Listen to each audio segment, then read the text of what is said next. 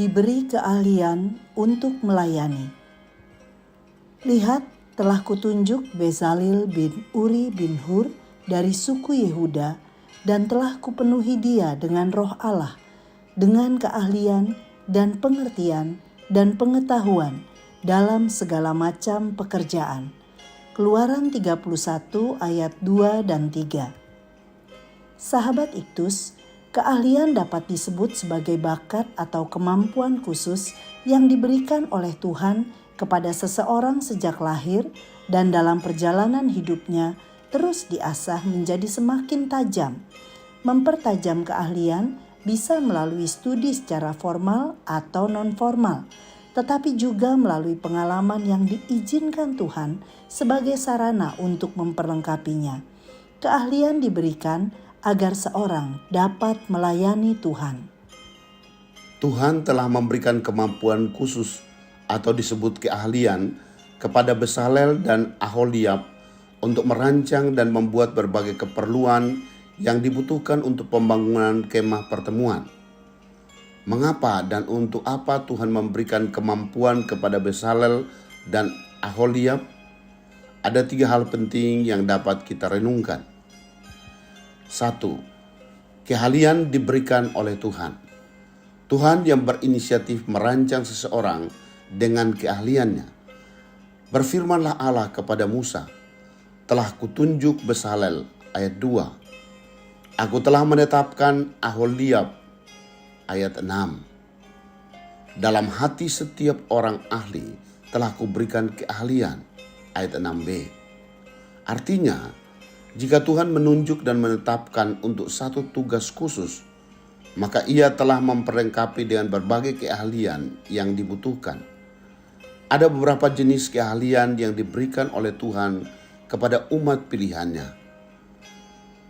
Ayat 4 sampai ayat 11. Allah merancang keahlian, baik secara pribadi maupun dalam persekutuan. 2. Keahlian dalam urapan Tuhan. Bezalel dan Aholiab dipenuhi dengan roh Allah dalam mengerjakan tugas dengan keahliannya. Dan telah kupenuhi dia dengan roh Allah, ayat 3. Istilah dipenuhi sama artinya dengan diurapi, yaitu Tuhan yang hadir dan bekerja di dalamnya. Urapan Tuhan harus dipelihara dalam persekutuan yang intim dengannya. Urapan Tuhan menjadi efektif bekerja dalam diri seorang yang hidup dalam ketaatan. Haruslah mereka yang membuat segala apa yang telah kuperintahkan. Ayat 6. Tepat seperti yang telah kuperintahkan kepadamu, haruslah mereka membuat semuanya. Ayat 11. 3. Keahlian untuk memenuhi tujuan Tuhan. Bezalel dan Aholiab diajari Tuhan untuk bekerja sama mencapai tujuannya. Keahlian Bezalel dan Aholiab adalah untuk membuat berbagai perlengkapan di kemah pertemuan. Kemah pertemuan merupakan sarana bagi umat Tuhan untuk bertemu dan bersekutu dengan Tuhan. Kemah pertemuan adalah lambang kehadirannya.